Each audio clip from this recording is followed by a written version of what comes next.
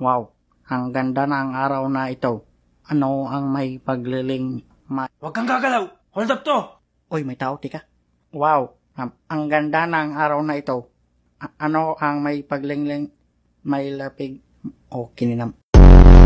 Maipaglilingkod ko sa'yo. Ha? Wala! Sabi mo huwag kang gagalaw eh. Nay, una yan, may baril. Ba't ba salita ka ng salita? Hold up nga to! Pre, tindahan to.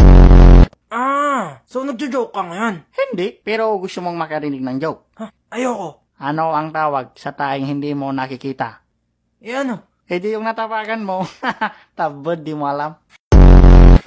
Wala akong oras para mapaglokon.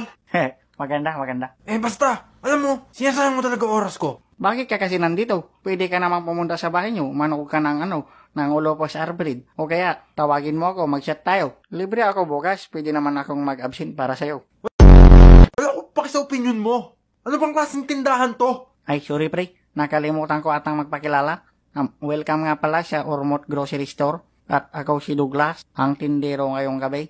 At ayaw ko tong trabaho ko. Kahit anong trabaho naman, ayaw ko. Nagtitiro ka ba? Nagtitinda nga. Ay na, paulit-ulit. Ano ba yan? Pre, magtanakaw ako. Ay, buti ka pa, inamin mo.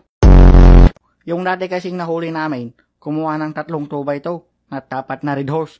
Tumatanggi pa. Sabi ko, hoy, wag kang magnakaw, susobrang bad yan. Tapos sabi niya sa akin, hindi nabayaran ko na to. Sabi ko naman, bottom, hindi ka pa nagbabayad. Ilusumpong kita. Tapos sabi naman niya, wag please, samahan mo na lang ako, inumin natin to. Tapos nagulat ako, bigla na lang siya nakatakas.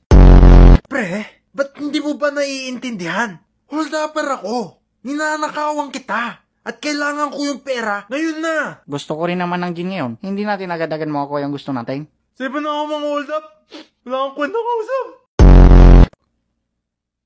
Hala, umiyak. Pabil na. Ay, magnanakaw.